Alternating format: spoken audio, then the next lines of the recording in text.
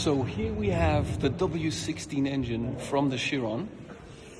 And it is still quite amazing that this monster of an engine actually fits into that relatively compact car. And the way that this was packaged is the gearbox, for weight balancing reasons, was actually put in front of the engine.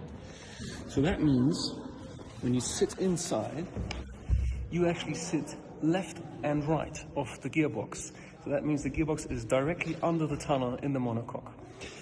And a W16 means you have two V8 engines in one block. So that means 8 cylinders per side and 2 turbochargers. So the air that we take in here at the top of that Bugatti line goes through the air filter into the 2 turbochargers, gets compressed.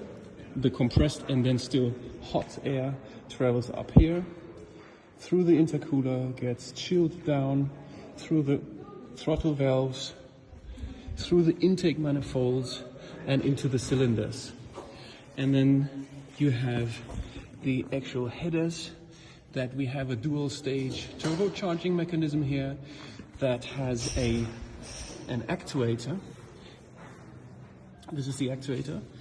This drives a valve that can actually shut off one of the turbochargers so that all the 8 cylinders spool up only one turbocharger at first. And once the rev range is right, the valve opens and also the second turbocharger is engaged. And that way you have instantaneous power throughout the whole rev range.